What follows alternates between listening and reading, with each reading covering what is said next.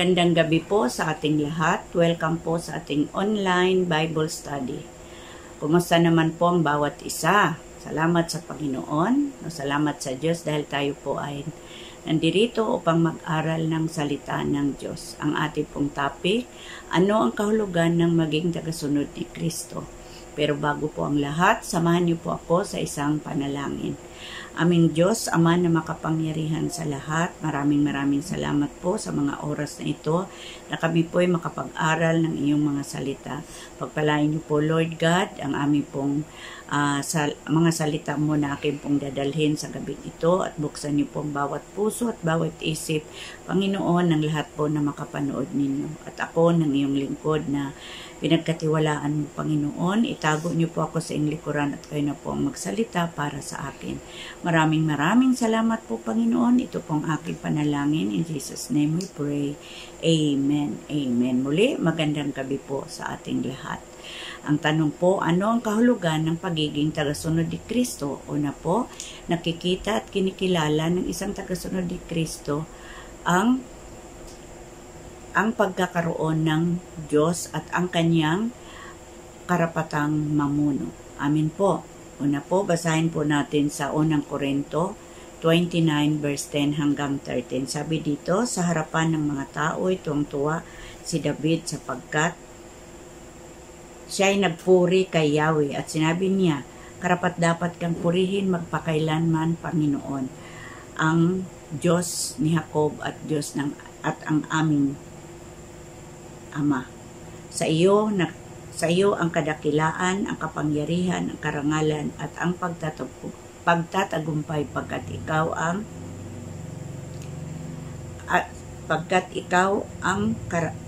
karangalan at ang pagtatagumpay pagkat sa iyo ang lahat ng nasa langit at nasa lupa. Sa iyo ang buong pamahala at ikaw ang hari ng lahat. Sa iyo nagmumulang kayamanan at ang karangalan. Taglay mo ang kapangyarihan at kadakilaan, at ikaw ang nagbibigay ng lakas at kapangyarihan sa lahat.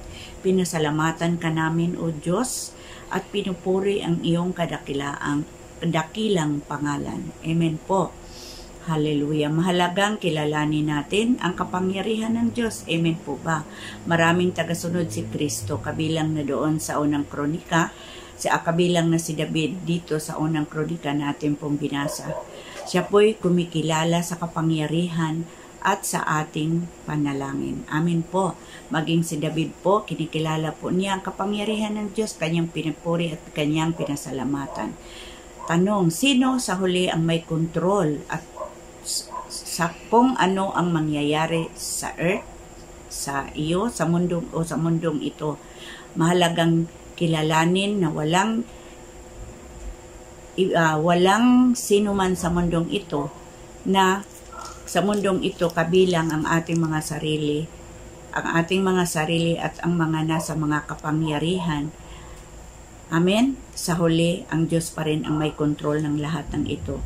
Maaring kung ano ang mangyayari sa ating buhay.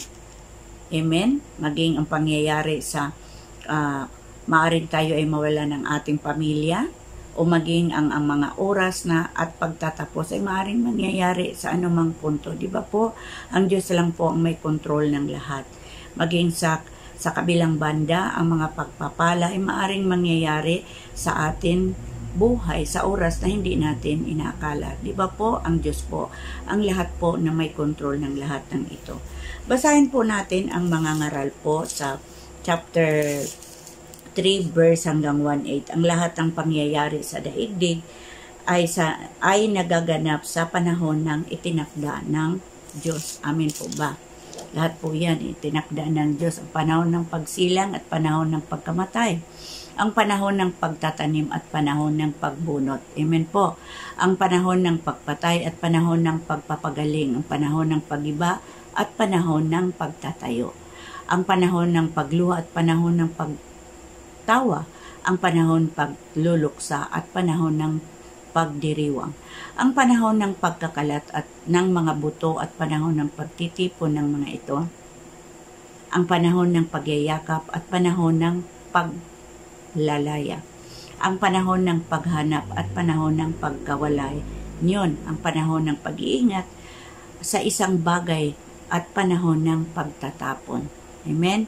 Ang panahon ng pagpunit at panahon ng pagtahi at panahon ng pagtahimik at panahon ng pagsasalita, ang panahon ng pagmamahal at pagpanahon ng pagkaroon ng pagkapuot, ang panahon ng digmaan at panahon ng kapayapaan. Ang Diyos lang po ang lahat ng may control ng ito. Amen po? Lagi po nating tandaan yan. Kahit na tila sa tingin natin pababa ang buhay para sa iyo, dapat nating kilalanin na ang Diyos ang may control at siya ang may dahilan sa lahat ng bagay. Amen po? Kung hindi natin ito maaaminin, maaaring makaapekto ito ng malaki sa ating kalooban at malungkot tayo. Kaya di ba po marami po ang nagkaroon po ng anxiety dahil po sila po ay hindi po nila inaamin ang mga hindi nila matanggap yung mga pangyayari sa ating mundo sa ngayon. Amen po. Kaya amen, purihin natin ang Panginoon. Number 2 po, ang isang tagasunod ni Kristo ay kumbinsido sa mga salita ng Biblia. Amen. Siya po'y naniniwala sa Biblia, sa salita ng Diyos, at makikita niya na hindi kailanman maabot ang pamantayan ng Diyos na iniligay ng Diyos. Amen po. Tanong, ano ang regalo na ibinigay sa atin ng Diyos? Amen. Di ba po napakabuti ng Diyos kahit tayo po ay nagkasala, binigyan pa rin niya tayo ng isa pang pagkakataon sa pamagitan ng pananampalataya kay Kristo. Amen po. Basahin po natin ang Roma. Punta po tayo sa Roma. Ayo'y inihayag ng Diyos. Ngunit ngayoy inihayag na ng Diyos magpakailan ang pagpawalang sala ng Diyos sa mga tao. Ito'y hindi sa pamagitan ng batas. Bagamat ito'y pinatutuhanan ng kautusan at ng mga propeta. Pinawalang sala ng Diyos ang lahat ng nananalig kay Hesukristo sa pamagitan ng kanilang pananalig. Amen po, verse 23, sapagkat ang lahat ay nagkasala at walang sino mang karapat-dapat sa paningin ng Diyos. Gayunman, dahil sa kanyang kagandahang loob ay pinawalang sala sila sa pamagitan ng pananalig kay Kristo Jesus na nagpapalaya sa kanila. Amen po. Siya ang itinakda ng Diyos na maging handog upang magbubo ng kaniyang dugo at may patawad ang kasalanan ng tao sa pamagitan ng pananalig kay Kristo. Amen? Pananalig kay Kristo. Ginawa ito ng Diyos upang ipakilalang siya ay matuwid sapagkat nung una nagtimpis siya at ipinagpaumanhin ang mga kasalanang nagawa ng tao. At sa ngayon, pinawalang sala niya ang mga nananalig kay Hesukristo. Amen po ba? Upang patunayan na siya ay matuwid. Amen. Ano ngayon ang ating ipinagmamalaki? Wala. Bakit? Dahil lamang ba na hindi natin pagkakatupad sa kautusan? Hindi, kundi dahil sa ating pananalig kay Kristo. Sapagkat maliwanag na ang tao'y pinawalang sala dahil sa pananalig kay Kristo at hindi sa pagtupad ng kautusan. Ang Diyos ba'y Diyos lamang ng mga Hudyo? Hindi ba Diyos din siya ng mga Hintil? Oo, sapagkat siya'y Diyos ng lahat, yamang iisa ang Diyos, maging Hudyo o Hintil, ay kaniyang pinawalang sala dahil sa kanilang pananalig kay Kristo. Amen po. Dahil ba ito'y pinawalang sala? Dahil ba rito'y pinawalang kabuluhan namin ang kautusan, hindi amin pa nga itong pinapahalagahan. Amen po, pinahalagahan. Amen po. Praise God, hallelujah. Dahil po sa pagiging makasalanan,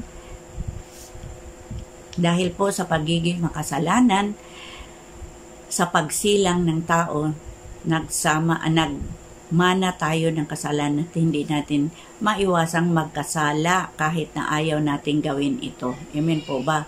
Maaari nating subukan ang lahat ng ating makakaya upang maging katulad ni Kristo.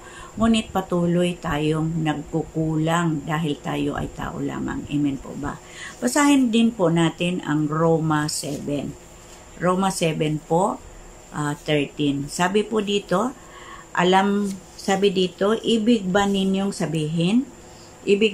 sabihin, ang mabuting bagay pa ang nagdudulot sa akin ng kamatayan? Hindi.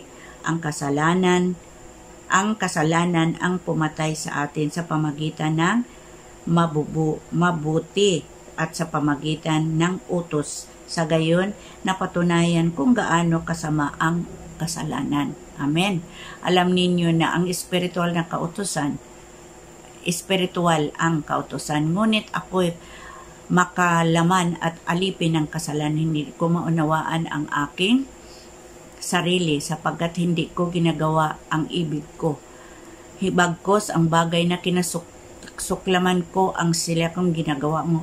Ngayon, kung ginagawa ako ang hindi ko ibig, sinasang-ayunan ko ang mabuti nga ang kautusan. Kaya hindi na ako ang may kagagawan niyon, kundi ang kasalanang nananahan sa akin. Amen po. Verse 18 po, alam kung walang mabuting bagay na nanahan sa akin, ibig kong sabihin, aking katawang makalaman. Kaya kong magnasa ng mabuti. Hindi ko lang magawa ang mabuting ninanasa ko, sapagkat hindi ko ginagawa ang mabuting ibig ko, kundi ang masamang hindi ko ibig ang siya kong ginagawa. Kung ginagawa ko ang hindi ko ibig, hindi na ako ang may kagagawan nito, kundi ang kasalanang nananahan sa akin. Amen po. Ito ang natuklasan ko, sapagkat ibig kong gumawa ng mabuti, ang masasama ay palapit sa akin. Nararamdaman kong ang ibang tuntunin na sa mga bahagi ng aking katawan, at ito'y salungat sa tuntunin sa aking isip. Dahil dito ako'y nailalim ng kasalanang nananahan sa bahagi ng aking katawan. Kahabag-habag ang kalagayan ko. Sino ang magliligtas sa aking katawan? Ito ang nagdudulot sa akin ng kamatayan sa Kanya. Amen. Ito ang kalagayan ko sa pamagitan ng aking isip. Sumusunod ako sa kautusan ng Diyos. Ngunit sa pamagitan ng aking katawang makalaman, ay sumusunod ako sa tuntunin ng kasalanan. Ayan po. Amen. Hallelujah. Glory to God. Hallelujah. Ang Diyos lamang ang makapagliligtas sa atin mula sa kasalanan. Amen po ba? Ang kasalanan at kasapaan, hindi tayo. Ang kasalanan na isang mahirap na labanan. Kaya patuloy po nating labanan ang kasalanan. Ano ang ilan ng mga paraan na maaari nating labanan ang kasalanan? Una, kailangan po nating magdarasal. Kailangan po nating manalangin upang sa oras ng labanan, mayroon po tayong panglaban. Amen po. Alam po natin kung saan po natin makikita ang salita ng Diyos sa Biblia. Pagbabasa ng ating Biblia para sa karunungan. Amen. Kaya napakahalaga po na magbasa po tayo ng Biblia para magkaroon po tayo ng stock knowledge. Pananagutan sa pamagitan ng mga mananampalataya.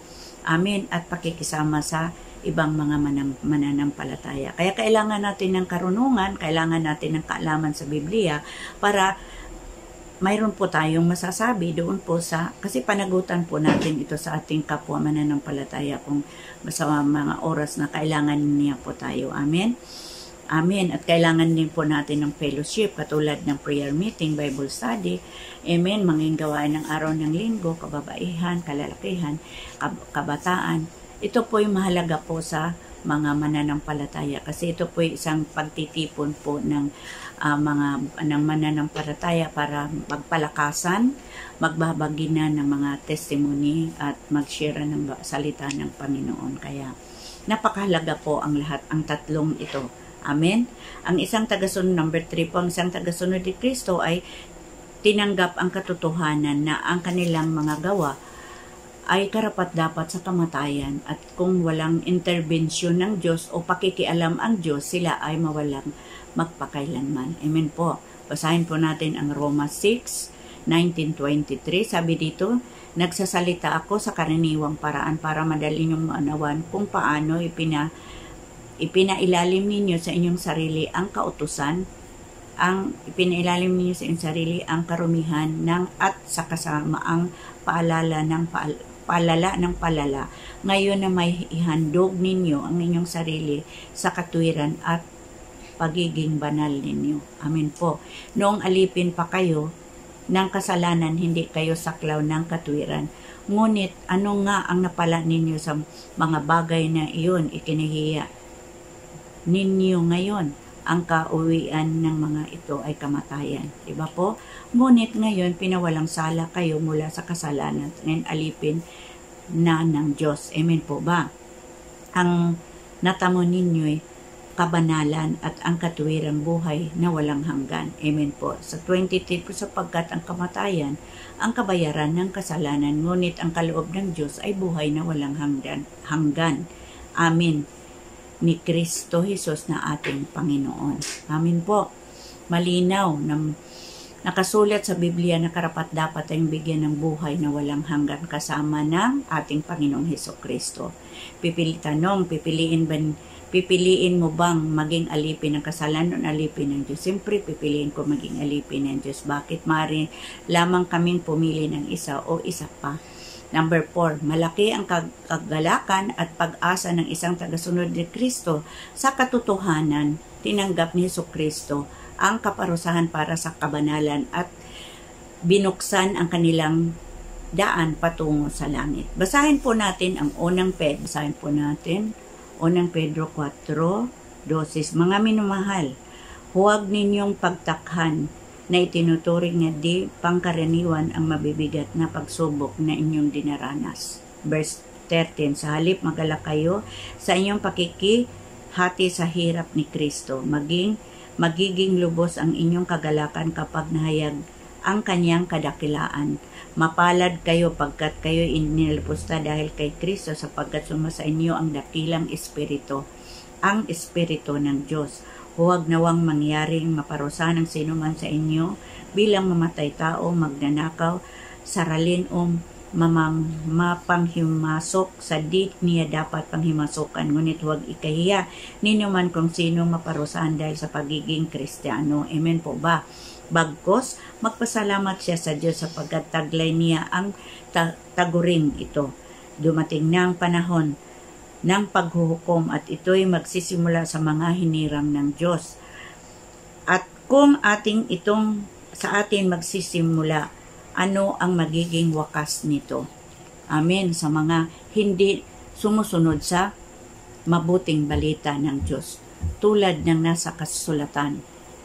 Kung ang matuwid ay halos hindi maligtas, ano kaya ang kahinatnan ng mga makasalanan hindi kumikilala sa Diyos? Pati ang mga nagbabata ng hirap ayon sa kalooban ng Diyos ay dapat magtiwala sa may kapal na laging tapat sa kanyang pangako. Amen po.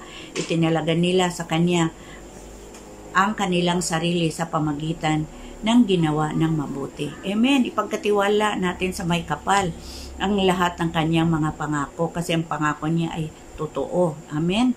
Ang pangako ng Diyos ay totoo. Amen. Bakit tayo dapat magsaya sa kamatayan ni Kristo? Dahil binigyan tayo ng Diyos ang pagkataong ibalik ang nasirang relasyon sa sangkatauhan. Amen po ba? Sa pamagitan ng pag-alay ng kanyang anak ang Panginoong Hesukristo. Amen po. Panglima, ang isang tagasunod ni Kristo ay sumusunod sa Panginoon hindi dahil nagdanais na iligtas ang kanyang sarili, ngunit dahil sa ginawa ni Kristo, dahil sa bagong pagkatao na nananais na sumunod. Di ba po? Yung bagong pagkatao nung tinanggap mo si Kristo bilang yung Diyos na tagapagligtas, di ba? Po nung una po, di ba?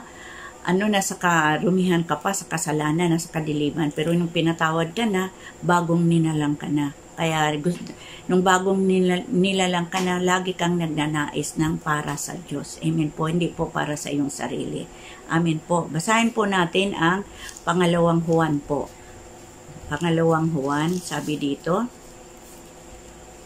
sa pangalawang Juan 1:3 hanggang 6, sa ipagkakaloob sa atin ng Diyos Ama at ni Jesucristong anak niya ang paglingap, habag at kapayapaan sa pamagitan ng katotohanan at pag-ibig. Amen. Labis kong ikinagalak na makitang mamumuhay ayon sa katotohanan at ang ilan sa inyong mga anak, alinsunod sa utos sa atin ng Ama. Amen. At ngayon, ginang, ako'y may hinihilingin sa inyo, hindi isang bagong utos ang isulat ko sa inyo, kundi ang dating utos na sa simula pa'y nasa atin na mag-ibigan tayong lahat. Ito ang utos na ibinigay sa inyo noon pang una. Mamuhay kayo ayon sa pag-ibig. Amen. At ito ang kahulugan ng pag-ibig na binabanggit ko, mamuhay ayon sa mga utos ng Diyos. Amen. Yun po yung nais ng Diyos sa atin. Kailangan mamuhay tayo ayon sa kanyang mga utos ng Diyos. Amen. Ano ang hitsura ng pagsunod sa Diyos? Ang pagsunod sa Diyos ay isang kamanghamanghang paglalakbay. Nais ni Kristo na mahalin natin ang isa't isa at sundin ang kanyang mga utos. Yun po yung nais ng Diyos para sa atin tulad ng ginawa niya. Amen. Tulad ng ginawa ng Diyos sa atin. Na nakapagtataka kung gaano kagalak ang naidudulot sa ating buhay. Amen po ba? Kapag natuon tayo sa nais ng Diyos para sa atin, gaya ng binanggit sa talatang 3, ang biyaya, awat at kapangyarihan ay nasa atin sa katotohanan at pag-ibig ng Diyos. Amen po. Number 6, ang isang tagasunod ni Kristo ay magkakaroon ng kapayapaan. Yun po yung sinabi niya sa paggawa ng tama, pagsunod ng kanya kahit na ito ay masakit. Amen po ba? Kahit masakit, pero dahil po sa pag-ibig ng Diyos, tayo po ay kailangan po nating sundin po ang kanyang mga utos. Basahin po natin ang pangalawang Korinto hanggang 7. Sabi dito, purihin natin ang Diyos at Ama ng ating Panginoong Hesukristo, mamuhay, mahabaging Ama ng Diyos na pinagmumulan ng lahat ng kaaliwan. Amen. Inaaliw niya tayo sa ating mga kapighatian upang makatulong naman tayo sa mga namighati sa pamagitan ng kaaliwang tinanggap natin sa Kanya, kung gaano karami ang tiising dinaranas natin sa pagiging isa kay Kristo. Gayon din ang kaaliwang tinatamo namin mula sa Kanya. Amen po. Mula sa Kanya. Kung namimighiti man kami, ito'y sa ikaaaliw at ikaliligtas nyo. Kapag inaaliw kami, kayo may naaliw rin ng lumalakas upang mabata ang mga kapighatiang dinaranas ni tulad namin. Kaya't matibay na ang ating pag-asa para sa inyo sapagat alam nating nakahati na kayo sa aming kaaliwan, kung gaano kayo kahati sa pagtitiis namin. Amen po. Amen. Tapi kahati po sa kaaliwan po ng Panginoon. May kakilala bakang nangangailangan ng karagandahang kaaliwan mula sa iyo? Tanong po. Number 7 po, ang isang tagasunod ni Kristo ay hindi taong gumagawa ng lahat ng tama sa lahat ng oras. Ngunit ang isang taong nagnanais para sa Diyos. Amen po. Basahin po natin ang Pedro po. Pedro 4, sabi dito, basahin po natin, 4 hanggang 6. Yamang si Kristo ay nagbata ng hirap sa buhay, na ito kayo naman ay dapat maging handa sa pagtitiis, sapagkat ang nagtitiis ng hirap sa buhay na ito ay tumatalikod sa pagkakasala. Amin po. At ang pinag-uukulan niya ay buong panahon sa buhay na ito ay ang kalooban ng Diyos na hindi ang mga pinakamimithi sa tao. Sapat na ang panahong inaaksaya ninyo sa paggawa ng mga bagay na kinahamulingan ng mga di kumikilala sa Diyos. Kahalayan, masasamang pita ng laman, paglalasing, walang taros na pagsasaya, mga pag-iinom at karumarim na pagsamba sa mga Diyos-Diyosan,